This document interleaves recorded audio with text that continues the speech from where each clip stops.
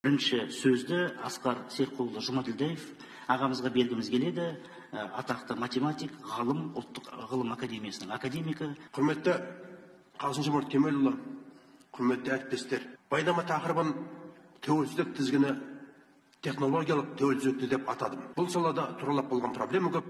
Тәуелсіздіктің 4 қыры бар. Олар саяси тәуелсіздік, экономикалық тәуелсіздік, әскери тәуелсіздік және технологиялық тәуелсіздік.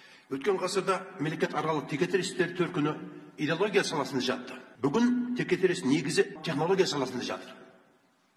Мені қазақтың технологиялық тәуелсіздігі мазалайды. Мынау осы күнгі біздің негізгі өндіріс органдарының барлығы да әсіресе мынау жерасты қойнауының жағы жер бетіне шығару мақсатындағы тірліктің барлығы да шетелдік инвесторларға берілді. Бұл негізінен дұрыс қадам болды. Бірақ бүгін заман өзгерді, мемлекет өзгерді. Демек, біз осы инвесторларға талапты да заман талабына сай беруіміз керек. Енді инвестордың ығына қарай жығыла беруді азайту керек.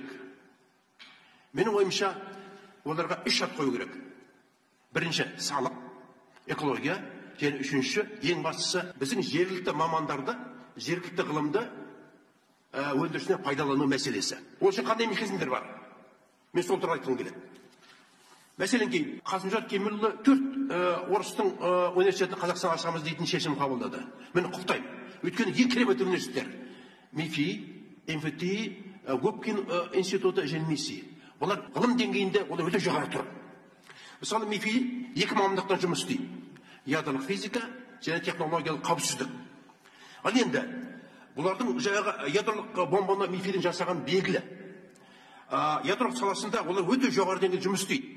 Одан біздің студенттер тәлім алса, ол студенттерге үлкен тебірмейтін бақыт. Менің ұсыныстарым: бірінші, ұлттық ғылым академиясының уставында академия қазақ тілін ғылым тіліне айналдыру мақсатында жұмыс істейді деген сөзді қосып қою керек. Қолдан келсе істемесе қойсын, бірақ тұрсынан жерде сенің міндетің екенін біліп тұрсын. Сен қарызың өте деген мағынаны білдіріп тұрады. Екінші, ерекше зерттеу аймағы, ерекше назар грант жүйесін енгізу керек. Отандық ғылымның дамуға жер қойнауын пайдаланушылар түсімінің 1% ғылымға жұмсау жөніндегі жұмыс жалғасын табу керек. Бұл бөлген қаражат технология тәуелсіздік қуаттайтын жұмыстарға, ғылыми қоғам байланыстарын нығайтатын жұмыстарға, ғылыми институттарға жаңа ғимарат салуға және заманауи лаборатория салуға, сонымен қатар қазақ университет оқулықтарын қазақ тілінде шығаруға жұмсалу керек. Мінекей, осы жұмыс отырыстап сөйтетін болсақ, біздің жалпы өнімнің кем дегенде 0,5% дейін жетуімізге болады. Егер біз 0,5%-ға жетсек, ол ерепат ақша. Бұның өзін үлкен жетістік деп ойлауға болады. Көп рахмет назарда болғаныңызға. Сөзім осымен тамам.